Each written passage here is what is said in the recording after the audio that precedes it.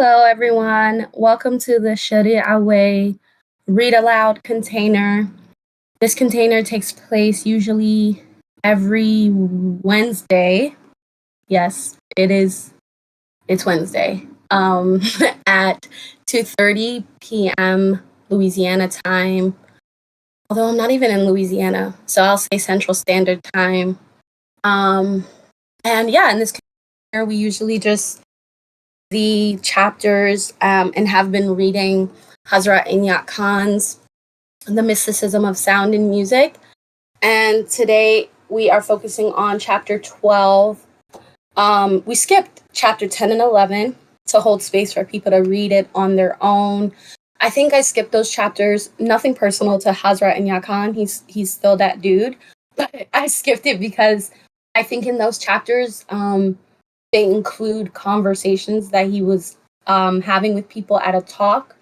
And there's a couple paragraphs where they go back and forth. And so I didn't think it was not valuable. I just was like, oh, it might be choppy for like a recording for book club. So we are skipping a couple chapters. We're going to 12. And today we're going to hold space for, yeah, I would say a little bit of discussion as we read, but no pressure because I want to save the juice for this Saturday's book club at 11 a.m. Louisiana time. So you might be like, why are there so many containers around this book club?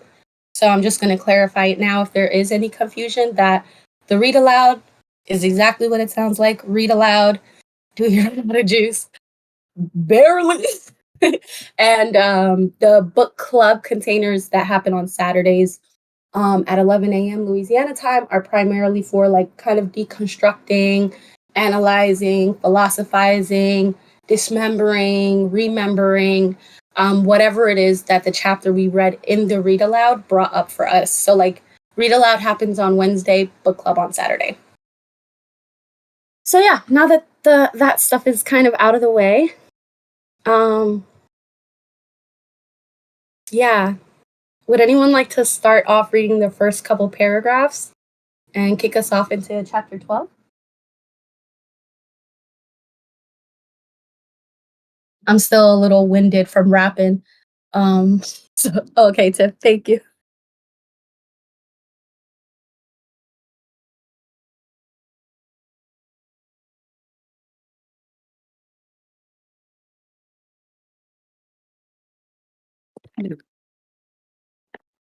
Chapter 12. Let me scroll. There we are. Okay, it's chapter 12. The Science and Arts of Hindu Music. Music, literature, and philosophy are akin to our souls. Whatever be our faith or belief or our way of looking at life. India, in the history of the world, represents a country and a people which engage themselves in the search for truth through the realm of music, philosophy, and poetry, at a time when the rest of the world had not yet begun its search for truth. It is therefore necessary to study Indian music, philosophy, and poetry in order to see the foundation of words. Some linguists today state that the Sanskrit language was the origin of all language. The origin of the science of music is to be found in Sanskrit. It is a fact that not only art but even science has its origin in intuition. This seems to have been forgotten lately, now that man is so busy with his search through matter. Undoubtedly, even the scientist is helped by intuition, although they may not recognize the fact. Scientists who have touched the depths will admit that science has its source in intuition. Intuition working in answer to the need of the mind and body, inventing through matter things of use, and gaining a knowledge of the nature and character of things is called science. And intuition working through the beauty that is produced in the form of line and color and in the form of rhythm is called art. Therefore, the source of both science and art is intuition. Realizing this source, the Hindus based their music on intuition, and the practice of Indian music has been a culture of stimulating intuition and awakening the faculty of appreciating beauty and then expressing itself in beautiful forms. The science of Indian music has come from three sources: astrology, psychology, and mathematics. We also find in Western music that the entire science of harmony and counterpoint is derived from mathematics. And so the science of Hindu music is called by the Sanskrit word prastara, which means mathematical arrangement of rhythms and modes. In the Indian system of music, there are about 500 modes and 300 different rhythms, which are used in everyday music. The modes are called ragas. There are 4 classes of ragas. One class has 7 notes, as in the natural scale of Western music. Then there are the modes of 6 notes, omitting 1 note from the 7-note raga. That gives quite another effect to the octave and has a different influence on the human mind. Then there are the ragas of 5 notes, omitting 2 notes from the scale. Any 2 notes. In China, they use a scale of 4 notes, but not in India. Some say that the origin of the scale of 4 notes or 5 notes lies in the natural instinct that man shows in his discovery of instruments. The first instrument was the flute, symbolical of the human voice. It seems natural that man took a piece of reed from the forest and made in the heart of that reed 4 holes in places where they could easily put the tips of their fingers, the distances of the holes corresponding to the distances between the fingertips, and then 1 hole below. That made the raga of 5 notes. It was only later that scientists followed with the knowledge of different vibrations. But this scale of 5 notes comes naturally when a person places their hand on the reed, and a great psychological power seems to be attached to it. It has a great influence on the human nature, and this shows that the power of all things that have been derived directly from nature is much greater than when man has changed, turned, and altered them so as to make a new form of art. Somebody else can take over. All right. The science of astrology was based on the science of cosmic vibration. Everything depends on vibratory conditions, including the positions of the stars and planets, individuals, nations, races, and all objects. A great deal of the secret power, which the Hindus have found in the science of music, has been derived from the science of astrology. Every note of Indian music corresponds with a certain planet. Every note has a certain color. Every note denotes a certain pitch of nature, a certain pitch of the animal world. The science which existed in the ancient Vedas was the science of the elements: fire, earth, water, air, ether. But these words should not be taken as meaning the same as in everyday language. The element of water, for instance, signifies the liquid state. Fire signifies heat or warmth. Through this science, the Hindus were able to construct ragas, or modes to be sung or played at a certain time of the day or night, or at a certain season. After these songs have been sung for thousands of years, the race has developed such a sense of appreciation of these ragas that even an ordinary person in the street cannot bear to hear a raga of the morning sung in the evening. They may not know the form or the notes, but to their ears it sounds disagreeable. They cannot stand it.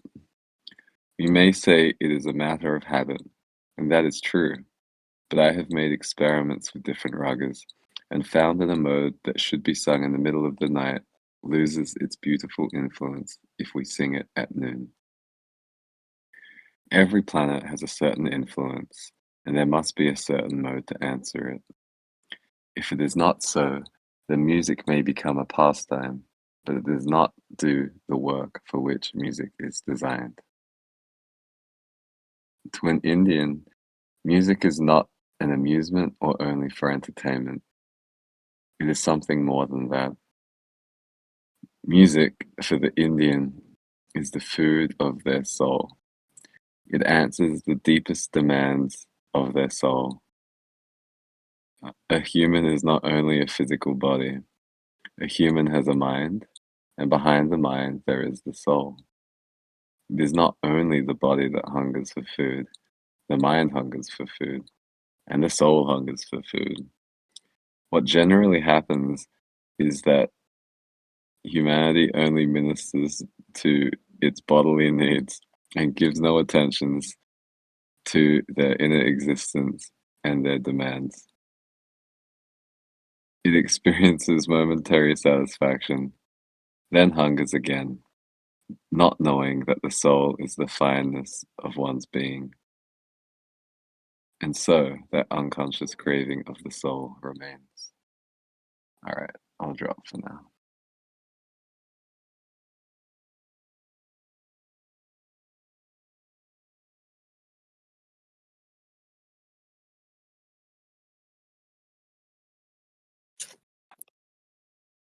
In the undeveloped person, that silent craving of the soul causes him to be disagreeable, restless, irritated. He does not feel contented with anything in life.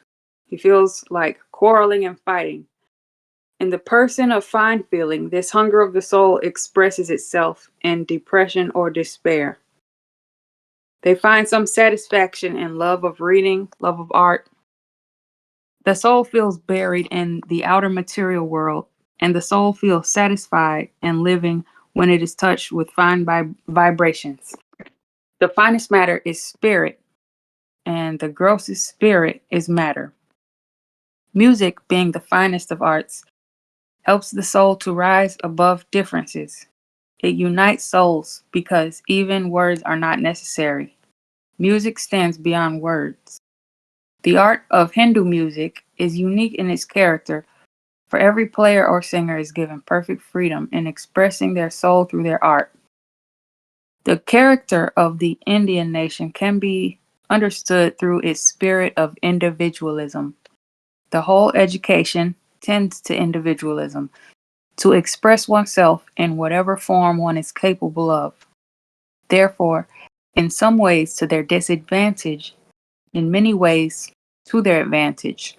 The Indians have expressed this freedom. Uniformity has its advantages, but it very often paralyzes progress in art. There are two ways of life: uniformity and individualism. Uniformity has its strength, but individualism has its beauty. When one hears an artist, a singer of Hindu music, the first thing they do is tune to the tempera to give one chord. And while they tune the tempera, they tune their own soul. This has such an influence on their hearers that they can wait patiently for 15 minutes. Once they find that they're in tune with their instrument, with that note, their soul, mind, and body all seem to be one with the instrument.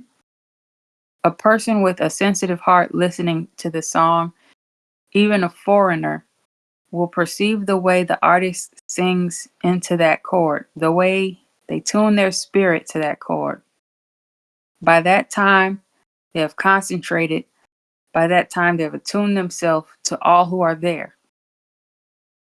Not only has she tuned the instrument, but she felt the need of every soul in the audience and the demands of their souls.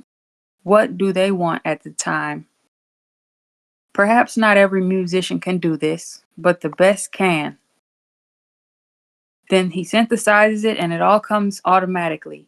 As he begins his song, it seems that it touches every person in the audience, for it is all an answer to the demands of the souls who are sitting there. She has not made a program for the music beforehand. She does not know what she will sing next, but every moment she is inspired to sing a certain song or play a certain note, she becomes an instrument of the whole cosmic system, open to all inspiration that comes, at one with the audience, in tune with the chord of the tempera. And it is not only music that she gives to the people, but a phenomenon in itself. The ancient traditional songs of India and those composed by great masters have been handed down through the ages from father to son. The way music is taught is different from the Western way. Music is not always written, it is taught by imitation. The teacher sings and the pupil imitates. So all the intricacies and subtleties are learned by imitation. Somebody else like to read? Yeah. Thank y'all, by the way.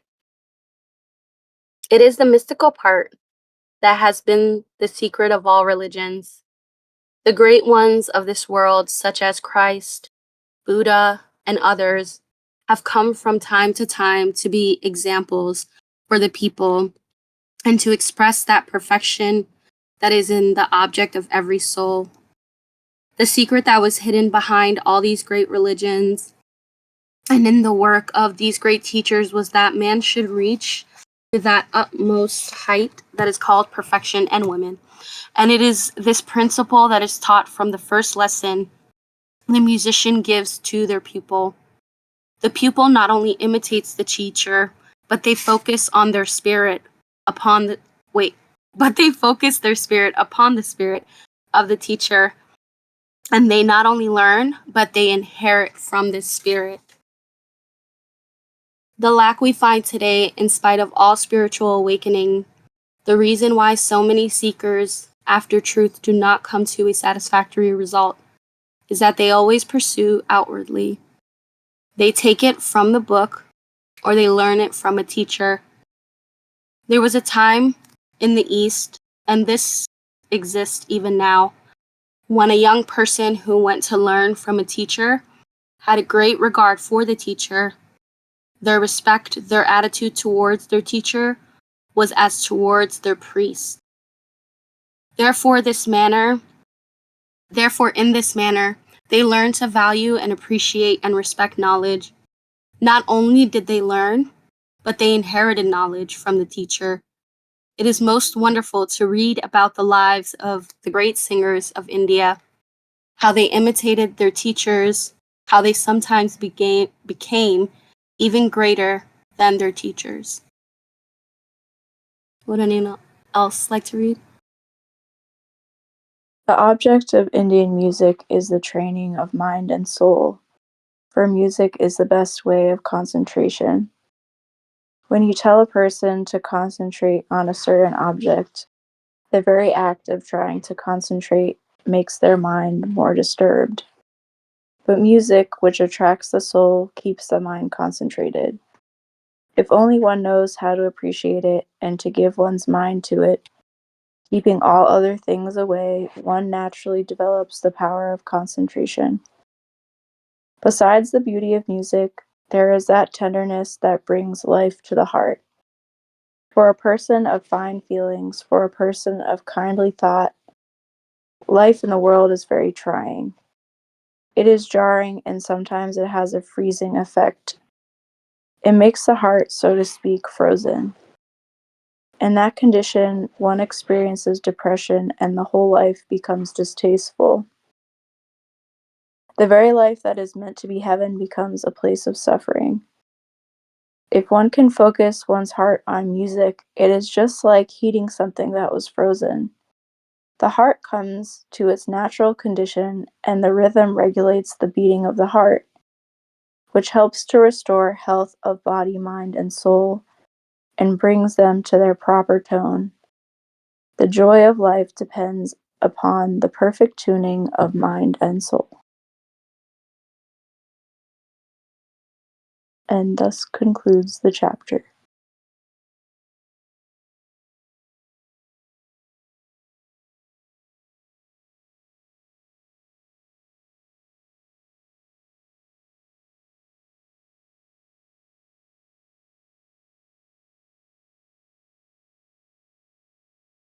Oops. Thank you, everyone who contributed to the reading. Yeah, I'm gonna relieve Craig, and just post this recording as is. And I look forward to seeing anyone who feels it at the line to show up on Saturday for a book club. I look forward to seeing you all there. Peace out.